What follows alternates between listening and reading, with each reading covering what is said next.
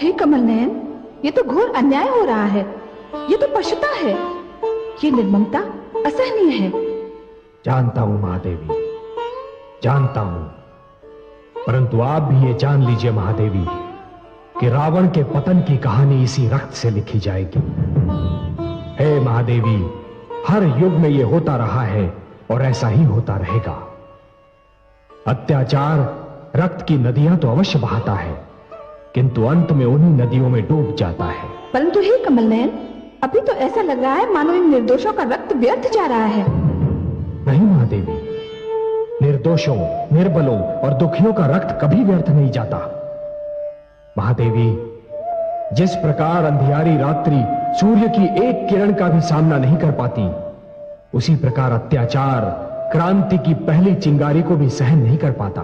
दुखियारी मंदोदरी कितनी भली नारी, कितना दुष्ट के चंगुल में फंस गई।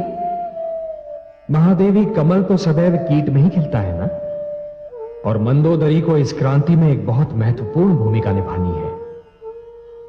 महादेवी, जिस क्रांति में नारी की भूमिका ना हो, वो क्रांति कभी सफल नहीं हो सकती। फिर वो क्रांति चाहे घर के भीतर हो या घर के बाहर। देखा कमल नयन, दुष्टों ने सारा रक्त राजा जनक के खेत में फेंक दिया। राजा जनक के राज्य में भयंकर अकाल पड़ने वाला है महादेवी। क्यों कमल नयन?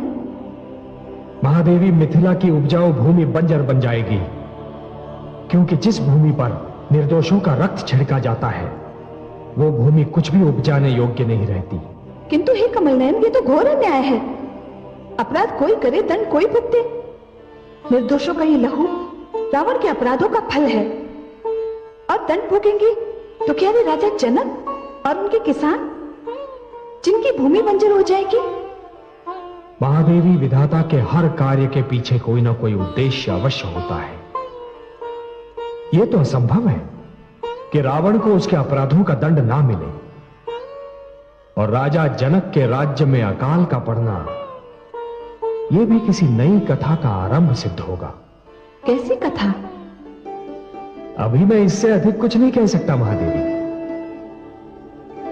हाँ, इतना अवश्य जानता हूं कि इस नई कथा की नायिका भी आप ही होंगी। मैं? कैसे? ये न पूछिए महादेवी। नहीं पूछूंगी। मैं जानती हूँ जिस कथा की नायिका मैं रहूंगी, उसके नायक तो आप ही होंगे, और जिस कथा के नायक आप होंगे, वो कथा मेरे लिए संसार की सुंदरतम कथा होगी।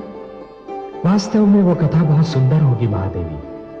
उस कथा का एक छोर राजा जनक के राज्य में और दूसरा छोर राजा दशरथ के आंगन में होगा। परंतु हे कमल नयन, जिन दो राजाओं के नाम आपने लिए, वो दोनों तो संतानहीन हैं। महादेवी, उन दोनों की संतानहीनता ही तो इस कथा का रहस्य होगा। हे कमल नयन, मिथिला नरेश जनक ने कितना सुंदर और कितना अनुपम निर्णय लिया है।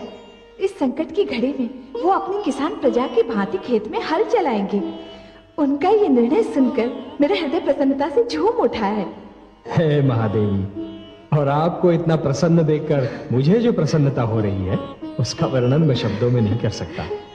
महादेवी, राजा वही है जो स्वयं को प्रजा के सुख दुख का भागीदार समझे। वो राजा ही क्या, जो स्वयं को प्रजा से दूर रखकर अपने राजभवन के ऐश्वर्य का बंदी हो जाए, स्वयं अपने सुखी संसार में इतना मग्न हो जाए कि उसे ये पता ही ना हो कि प्रजा पर क्या बीत रही है, प्रजा कैसे जी रही है।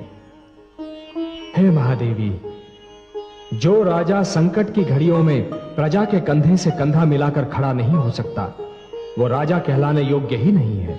और मुझे इसलिए और भी प्रसन्नता हो रही है कि जनक ने किसान के महत्व को पहचाना। यदि ईश्वर जन्मदाता है तो किसान अन्नदाता है। वो धरती को अपने लहू से सींचकर मानव को जीवित रहने का साधन प्रदान करता है। सर्वथा सत्य है महादेवी। किसान धरती पर ईश्वर का सहायक होता है, परंतु इससे भी बड़ा एक सत्य और है महादेवी, कि एक राजा तो केवल अपनी प्रजा का पालक होता है, परंतु एक किसान सारी मानवता का पालक होता है। इसलिए हे महादेवी, राजा जनक का हल थामना उनका गौरव कम नहीं करता, बल्कि उसमें और भी वृद्धि करता है। हे कमल नयन, मेरे मन में राजा जनक के प्रति अपार स्नेह और आदर भाव का सागर उमड़ने लगा है। न जाने इसका क्या कारण है। महादेवी, कारण के बिना किसी रहस्य का अस्तित्व संभव ही नहीं है। जिस प्रकार बादल के बिना बरखा नहीं हो सकती, अग्नि के बिना धुआं नहीं हो सकता, उसी प्रकार कारण के बिना कोई रहस्य जन्म ही नहीं ले सकता महादेवी। हाँ, इतना अवश्य है कि रहस्य वही अति सुंदर होता है जिसका कारण तुरंत समझ में ना आए।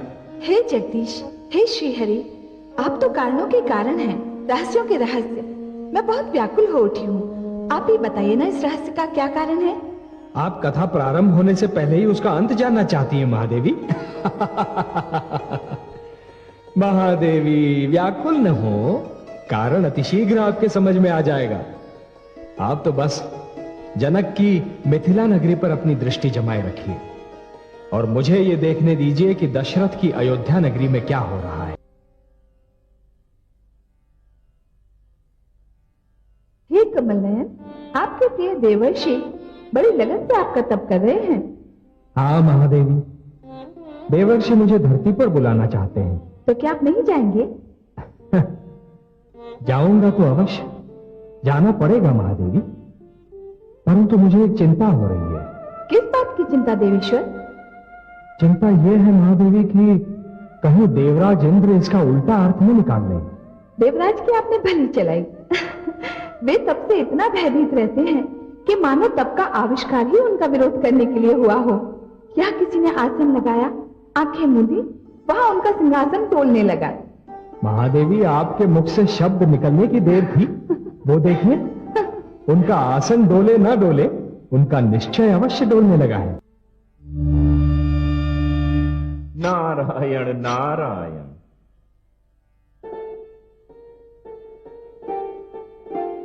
प्रणाम सर्वेश्वर।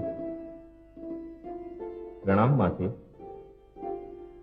बहुत दिनों से आप दोनों के दर्शन नहीं हुए थे, तो ऐसा प्रतीत हो रहा था जैसे जीवन में कुछ घट सा गया हो, तो नेत्रों की प्यास बुझाने आ गए। आप दोनों के दर्शन हो गए, मेरी तृप्ति हो गई। देवर्षि, हमारे भी अहोभाग्य कि आप पधारे हैं। क्या बात है देवर्षि, आज तो आपका मुख कमल पुष्प की भांति खिल रहा है। लगता है कोई महान अभियान सफल करके लौटे हैं। आपकी इसी बात पर तो मैं आपका दास बन गया हूं माते। आप मेरा मुख देखकर ही मेरे मन की बात भांप लेती हैं। धन्य हो माते, आप धन्य हैं, आप महान हैं, जय हो आपकी। अरे देवर्षि, मैं भी तो आपसे स्नेह करता हूं, मुझे भी तो अधिकार है कि आपकी प्रसन्नता का कारण जानूं।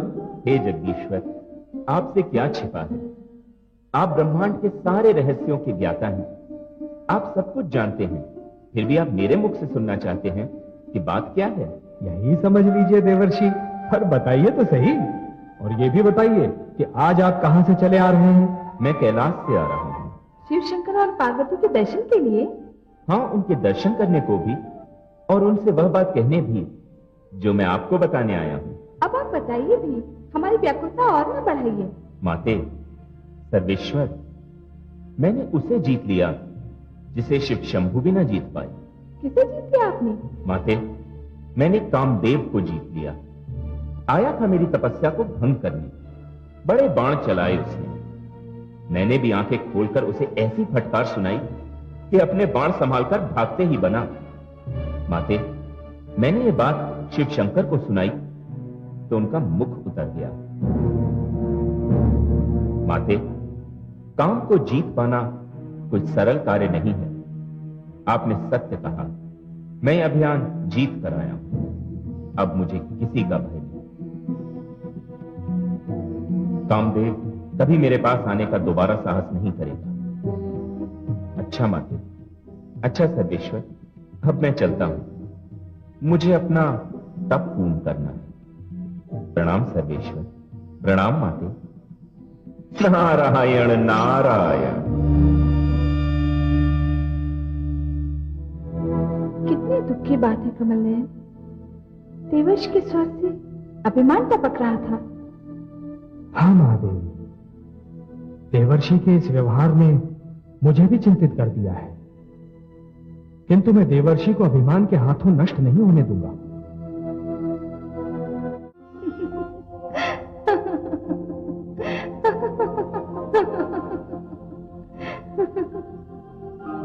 हुआ महादेवी? ऐसा क्या देख लिया आपने जो आप अपनी हंसी को रोक नहीं पा रही हैं? अपने देवर्षि को देखकर हंसी आ रही है। तो क्या हुआ?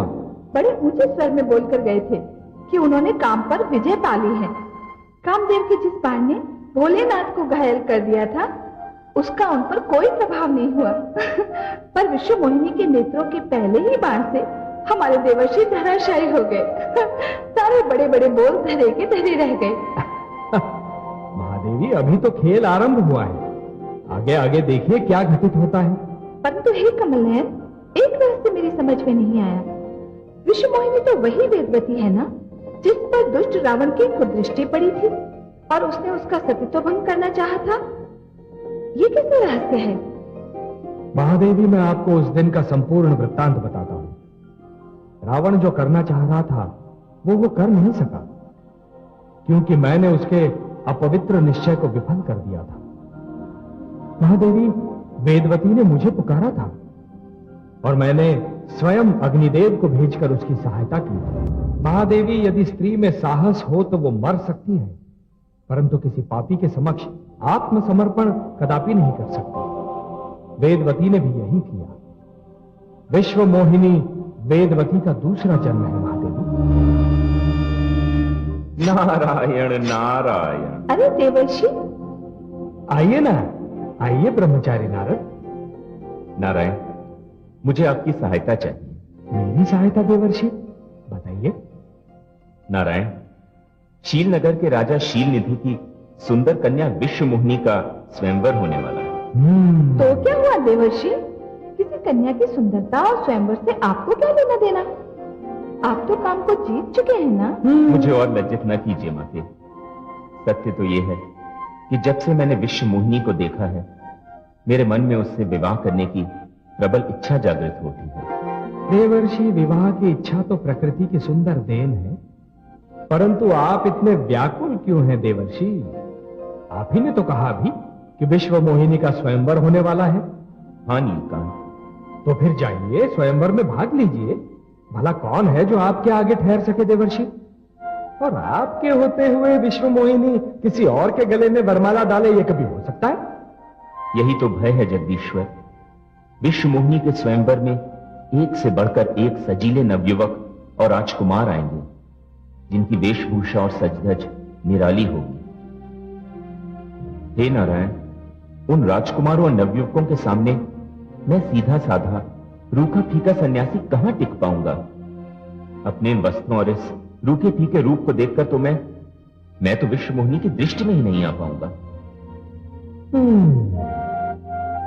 समस्या है देवर्षि, समस्या है, बड़ी विकट समस्या है। तो क्या आप चाहते क्या है देवर्षि? हे सर्वेश्वर, मैं चाहता हूं कि मेरा कल्याण हो जाए। मेरे इस रूप को आप इतना अद्भुत बना दीजिए कि जो भी मुझे देखे बस देखता ही रह जाए। आप चिंता न करें देवर्षि, आपकी मनोकामना अवश्य पूर्ण होगी। मैं वही करूंगा जिसमें आपका कल्याण हो। कल्याणमस्तु। मुझे आज्ञा दें प्रभु। नारायण नारायण। कमलनयन, अब आप क्या करेंगे? वही करूंगा जो देवर्षि चाहते हैं। उन्हें जो भी देखेगा बस देखता ही रह जाएगा। कमलनयन, देवर्षि आ रहे हैं। ज्वालामुखी फटने ही वाला है। बहुत क्रोधित दिखाई दे रहे हैं।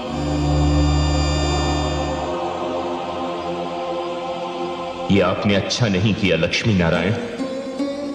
मेरी जग हंसाई करवाकर आपने अच्छा नहीं किया। मैं आपको श्राप दे रहा हूं कि आप मानव योनि में जन्म लेंगे, अपनी प्रियतमा जीवन संगिनी के वियोग को झेलेंगे और मुझे जो रूप देकर आपने मेरी जग हंसाई करवाई है, उसी रूप को रखने वाले लोगों से आपको सहयोग और सहायता की भीख मांगनी होगी।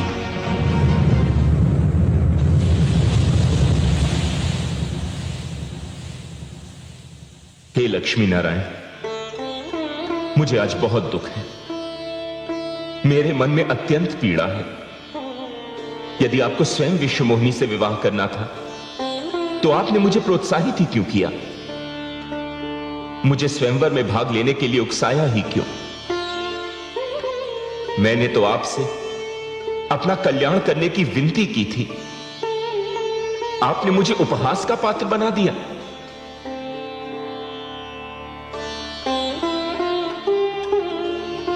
माते, माते आप कुछ कह क्यों नहीं रही हैं? अपने पुत्र के अपमान पर आप कुछ बोल क्यों नहीं रही हैं माते? हे कमल नयन, देवर्षि के प्रश्नों का उत्तर दीजिए। मुझसे इनका दुख देखा नहीं जाता, ये मुझे अत्यंत प्रिय है। देवर्षि, आपने 2 प्रश्नों का उत्तर चाहा है। पहला यह कि मैंने आपको विश्वमोहिनी के स्वयंवर में भाग लेने के लिए प्रोत्साहित क्यों किया, और दूसरा ये कि आपको वानर रूप देकर मैंने आपका उपहास क्यों करवाया। हां नारायण, और मुझे अपने इन 2 प्रश्नों का उत्तर यहीं और अभी चाहिए। निस्संदेह देवर्षि, जहां तक आपको स्वयंवर में भाग लेने के लिए प्रोत्साहित करने का संबंध है, तो मैं आप पर यह सत्य प्रकट करना चाहता था देवर्षि कि आपकी उस घोषणा के उपरांत भी कि आपने काम को जीत लिया है, आप काम को जीत नहीं पाए। देवर्षि, यदि आपने काम को जीत लिया होता तो विश्वमोहिनी को देखने के उपरांत आप उस पर आसक्त न हुए होते, अपना आपा न खो बैठते। हे देवर्षि, धरती पर जो कुछ हुआ वो तो केवल मेरी लीला थी, सर्वत्र माया का खेल था। लीला थी, खेल था, माया थी? मैं समझा नहीं नारायण। हाँ देवर्षि, वेदवती आपके नारायण की भक्त थी, इन्हें पाना चाहती थी, परंतु रावण की दुष्टता के कारण उसके जीवन का अंत हुआ। तब उसने विश्वमोहिनी बनकर अपने आराध्य विष्णु को पा लिया। हाँ देवर्षि, देवर्षि नीचे देखिए, जहां आपको शील नगरी दिखाई दी थी, राजा शील का भवन दिखाई दिया था, विश्वमोहिनी का स्वयंवर मंडप दिखाई दे रहा था, अब वहां क्या है?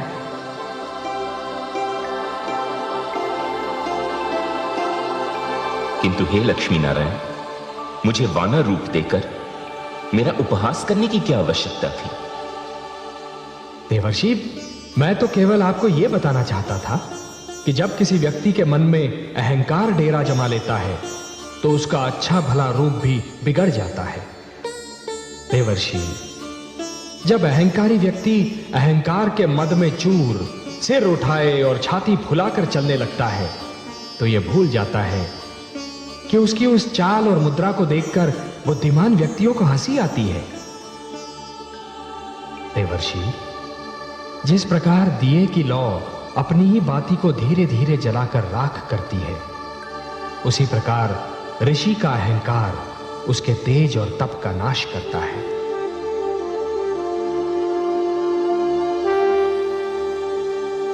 हे ब्रह्मापुत्र, मैं आपके तेज और तप को अहंकार की अग्नि से बचाना चाहता था, वो आपका उपहास नहीं था।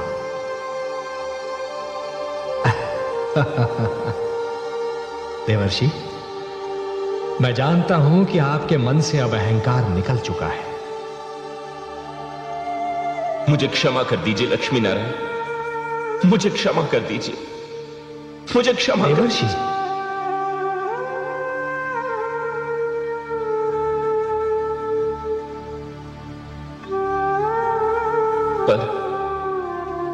पर यह तो बहुत बुरा हुआ।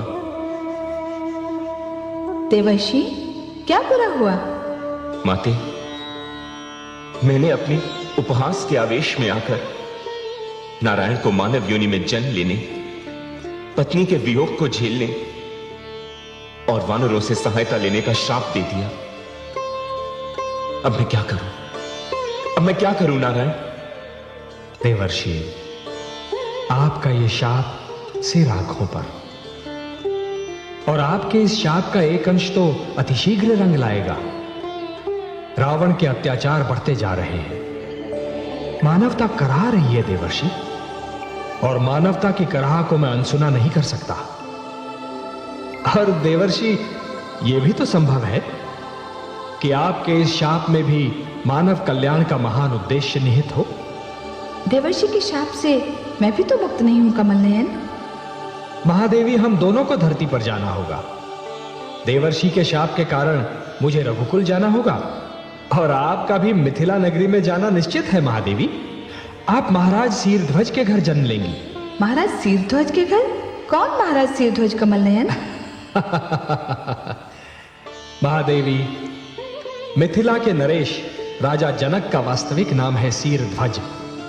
उनके वंश के हर राजा को विदेह या जनक कहकर पुकारा जाता है, क्योंकि उनका आदि पुरुष एक मृतक की देह से जन्मा था। मृतक की देह से? ऐसी विचित्र बात कहकर आपने मेरी उत्सुकता बढ़ा दी है। भला मृतक की देह से कोई जीवित कैसे जन्म ले सकता है? महादेवी, अच्छा होगा कि जिस वंश में आप जन्म लेने वाली हैं उसके विषय में सब कुछ जान लें। मैं जानने के लिए उतावली हो रही हूँ कमल नयन। बहुत पहले एक राजा निमि हुआ करते थे, जो बहुत ज्ञानी, विद्वान और प्रतापी थे। एक बार उन्होंने राजसूय यज्ञ करने का निर्णय लिया महादेवी, और उन्होंने अपने कुलगुरु ऋषि वशिष्ठ को पौरोहित्य के लिए आमंत्रित किया।